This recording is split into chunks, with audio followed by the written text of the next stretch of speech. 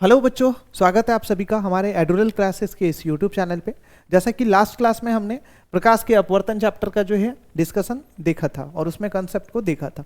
आज हम लोग इस प्रकाश के अपवर्तन चैप्टर के आगे के डिस्कशन को देखेंगे कि आगे और क्या क्या हमें इस चैप्टर के अंदर पढ़ना है। एक एक करके हमें यहाँ पे अच्छे से ध्यान से देखना है। देखिए, अब जो है हमें समझना है वक्रता केंद्र और मुख्य अक्ष, मतलब लेंस तक जो है हमने समझ लिया था कि लेंस किसे कहते हैं, लेंस कितने प्रकार के होते हैं, ठीक है ना। तो लेंस के दो प्रकार होते थे, अवतल लेंस और उत्तल लेंस, ठीक है। तो दोनों लेंस के बारे में हमने देख भी लिया था कि कैसे हम अवतल लेंस को पहचानेंगे और उत्तल लेंस को पहचानेंगे। तो देखिए, मैंने बोला था आपको उत्तल लेंस का जो बीच वाला भाग होता है, मध्य भाग, किनारे वाले भाग से क्या होता है, अधिक मोटा होता है, और अवतल लेंस का मध्य भाग जो है किनारे वाले भाग से अधिक पतला होता है, ठीक है ना। तो उत्तल लेंस का किनारा वाला भाग पतला और मध्य वाला भाग मोटा होता है।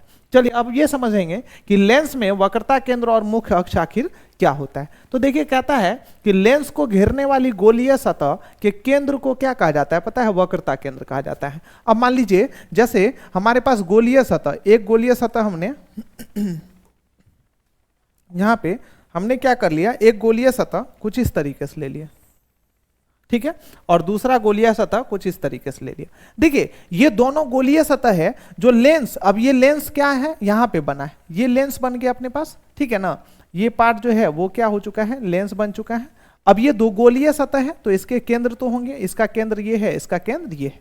तो कहता है कि गोलीय सतह के केंद्र को क्या कहते हैं, वक्रता केंद्र। तो इसलिए लेंस का वक्रता केंद्र क्या है, ये भी और ये भी। तो इसको हम लोग किस चीज से इंडिकेट करते हैं, C से। ये इसको हम लोग किस चीज से इंडिकेट करते हैं, पता है, F1 से इंडिकेट करते हैं। लेंस के अंदर वक्रता केंद्र को किस चीज से इंडिकेट करते हैं भाई, F1 से इंडिकेट करते हैं। अब इसी तरीके से दूसरे वक्रता केंद्र की बात करें तो ये कितना हो जाएगा, इसको 2F1 से इंडिकेट करते हैं, इसको किस चीज से इंडिकेट करते हैं, 2F2 से इंडिकेट करते हैं। समझ आया ना। तो ये वक्रता केंद्र क्या होता है बताइए, लेंस को घेरने वाली गोलीय सतह के केंद्र को हम लोग क्या कहते हैं, वक्रता केंद्र कहते हैं। अब जब ये यहाँ पे लेंस बन चुका है तो ये केंद्र इधर में हो चुका है, वो केंद्र उधर हो गया। तो इसको हम लोग किस चीज से इंडिकेट किया, हमने 2F1 से, और इसको हमने किस चीज से इंडिकेट किया, 2F2 से इंडिकेट किया। यहां तक क्लियर है। देखिए, मुख्य अक्ष कहता है, मुख्य अक्ष किसी लेंस का मुख्य अक्ष उसकी सतहों के वक्रता केंद्रों को मिलाने वाली रेखा होती है, ठीक है ना। उसकी वक्रता केंद्र को मिलाने वाली रेखा होती है। अब देखिए, इसके वक्रता केंद्र को यदि हम लोग मिलाएंगे तो यहाँ पे कैसे होगा बताइए, ये वक्रता केंद्र और ये वक्रता केंद्र, तो इन दोनों को मिलाएंगे तो इसको हम आराम से क्या कह सकते हैं, मुख्य अक्ष कह सकते हैं। इसको हम आराम से क्या कह सकते हैं, मुख्य अक्ष। तो बताइए, वक्रता केंद्रों को मिलाने वाली जो रेखा है वही ना क्या होगा, मुख्य अक्ष होगा। तो ये दो चीज तो आपको समझ आ गया होगा लेंस के अंदर कि भाई वक्रता केंद्र क्या होता है और मुख्य अक्ष क्या होता है। अब इसके बाद हम लोग समझते हैं क्या, फोकस, ठीक है ना। अब देखिए, फोकस समझना है और फोकस दूरी को समझना है। देखिए, जैसे हमने यहाँ पे दो फिगर कुछ इस तरीके से बनाया, मान लेते हैं कि ये अपने पास जो है ना कुछ इस तरीके से ये गोलीय है और ये भी अपने पास क्या है, यहाँ पे कुछ इस तरीके से गोली है, ठीक है। अब इसका केंद्र ये हो चुका है, इसका केंद्र ये हो चुका है। अब देखिए, ये बीच में क्या हो चुका है बताइए, लेंस बन चुका है, ठीक है। तो लेंस के बीच वाला भाग कुछ इस तरीके से यदि हम लोग आधा करेंगे, ठीक है। तो अब हमें फोकस को समझना है, तो इसको हम लोग क्या लिखते हैं, 2F1, ये हमारा क्या होता है, 2F2, है ना। अब देखिए, 2F2 हो गया, 2F1 हो गया।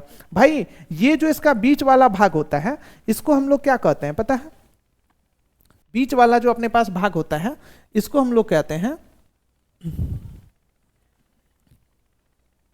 यहां पे अब देखिए, जैसे ये बीच वाला भाग हो गया, ठीक है ना। तो अब देखिए, बीच वाले भाग यहां से, इसका मध्य भाग कहा जाता है, लेंस का मध्य भाग हो गया। अब यहां से मध्य भाग से इधर में जो इसकी दूरी होती है, इसका बीच वाला पार्ट होता है, इसको हम लोग कहते हैं F2, ठीक है। अब इधर में क्या, इसी तरीके से मध्य भाग के इसके बीच का आधा वाला पार्ट या मध्य भाग कह सकते हैं, इसको हम लोग क्या कहते हैं, F1। तो देखिए, इसमें फोकस दूरी एक तरीके से देखा जाए, यदि लेंस में प्रकाश की किरणें हमने इधर से डाला और जिस बिंदु पर जाकर अभिसरित होगी, मतलब जिस बिंदु पर जाकर जमा होगी, उसी बिंदु को हम लोग एक तरीके से क्या कहते हैं पता है, फोकस दूरी, हम फोकस बिंदु कहते हैं, उसको हम लोग क्या कहते हैं, फोकस। यदि हमने इधर से किरणों को डाला ना, अब ये जिस बिंदु पर जाकर अभिसरित होगी उस बिंदु को क्या कहेंगे हम लोग, फोकस, ठीक है। अब देखिए, उस बिंदु से और लेंस के मध्य भाग के बीच की दूरी को हम लोग क्या कहते हैं पता है, फोकस दूरी कहते हैं। इसको हम लोग क्या कहते हैं, फोकस दूरी कहते हैं, ठीक है। तो आप हमेशा याद रखिएगा, जनरली फोकस जो होता है ना, उत्तल लेंस में या कोई भी लेंस में जो फोकस होता है ये F2 जो दूसरा वाला पार्ट होता है इसको कहते हैं हम लोग, ये होता है मेन इसका फोकस। दूसरा वाला जो दूसरे तरफ का होता है इसको हम लोग कहते हैं फोकस, और दूसरे वाले F2 से मध्य भाग के बीच को हम लोग क्या कहते हैं, फोकस दूरी कहते हैं। इसी को हम लोग क्या कहते हैं, फोकस दूरी। तो भाई लेंस में दूसरे वाले F2 को क्या कहता है, किस नाम से जाना जाता है, फोकस के नाम से जाना जाता है, और वहां से मध्य भाग के बीच की दूरी को हम लोग क्या कहेंगे, फोकस दूरी कहेंगे। यहां तक तो क्लियर है आपको ये दोनों कुछ, ठीक है। चलिए अब आगे जो है अपने पास कुछ जरूरी का डिस्कशन है। अब क्या है, प्रतिबिंब। प्रतिबिंब देखिए आखिर किसे कहते हैं, कहता है किसी बिंदु स्रोत से आती प्रकाश की किरणें दर्पण पर नहीं, यहां पे किस चीज पे बताइए, लेंस पर, क्योंकि हम लोग क्या पढ़ रहे हैं, लेंस पढ़ रहे हैं ना। इस जगह पे क्या हो जाएगा, लेंस है ना, तो दर्पण पर नहीं, लेंस पर किसी बिंदु स्रोत से आती प्रकाश की किरणें लेंस पर अपवर्तन के बाद जिस बिंदु पर मिलती है या जिस बिंदु से आती हुई प्रतीत होती है उसे उस बिंदु स्रोत का क्या कहा जाता है, प्रतिबिंब कहा जाता है, ठीक है ना। तो कहते हैं कि किसी बिंदु स्रोत से आती प्रकाश की किरणें लेंस पर अपवर्तन के बाद जिस बिंदु पर मिलती है, ठीक है ना, या जिस बिंदु से आती हुई प्रतीत होती है उसे उस बिंदु स्रोत का क्या कहा जाता है, प्रतिबिंब कहा जाता है, ठीक है। तो ये देखिए अपवर्तन बिंदु एक दूसरे से जिस बिंदु पर मिलती है ना वहीं पे प्रतिबिंब का निर्माण होता है, तो उसी को उन्होंने इस भाषा में जो है इसको परिभाषित किया है, ठीक है ना। अब बाकी प्रतिबिंब का अभी डिस्कशन तो हमारे पास आगे बहुत सारा है, एक एक लेंस के अंदर जब अलग अलग स्थिति में हम लोग पढ़ेंगे तो उससे ज्यादा आपको ये वाला परिभाषा जो है अच्छे से क्लियर हो जाएगा, ठीक है। तो देखिए प्रतिबिंब अब होते कितने प्रकार के हैं पता है, एक होता है वास्तविक प्रतिबिंब और दूसरा क्या होता है, आभासी प्रतिबिंब। देखिए वास्तविक प्रतिबिंब में क्या होता है, वास्तव में अपवर्तन के बाद एक दूसरे से किरणें मिलती है, लेकिन आभासी में ऐसा नहीं होता है, उसमें मिलती हुई प्रतीत होती है। तो देखिए प्रतिबिंब में ही दोनों के परिभाषा है, लेकिन दोनों को अलग अलग करने के लिए क्या बोलेंगे, मतलब किसी बिंदु स्रोत से आती प्रकाश की किरणें दर्पण पर अपवर्तन के बाद वास्तव में जिस बिंदु पर वास्तव में मिलती है उसे उस बिंदु स्रोत का क्या कहा जाता है, वास्तविक प्रतिबिंब कहा जाता है। यहां तक तो क्लियर है। चलिए वास्तविक, किसी बिंदु स्रोत से आती प्रकाश की किरणें लेंस पर अपवर्तन के बाद जिस बिंदु पर वास्तव में मिलती है उसे उस बिंदु स्रोत का क्या कहा जाता है, वास्तविक प्रतिबिंब कहा जाता है, ठीक है ना। अब देखिए दूसरा प्रतिबिंब क्या है, आभासी। भाई आभासी प्रतिबिंब क्या होगा बताइए, वास्तव में मिलेगा, यहाँ पे मिलती हुई प्रतीत होगी, तो मिलती हुई प्रतीत होगी, इसलिए हम लोग आराम से कह सकते हैं किसी बिंदु स्रोत से आते प्रकाश की किरणें लेंस पर अपवर्तन के बाद जिस बिंदु से आती हुई प्रतीत होती है उसे उस बिंदु स्रोत का क्या कहा जाता है, आभासी प्रतिबिंब कहा जाता है ना। तो आभासी प्रतिबिंब हो जाएगा ये।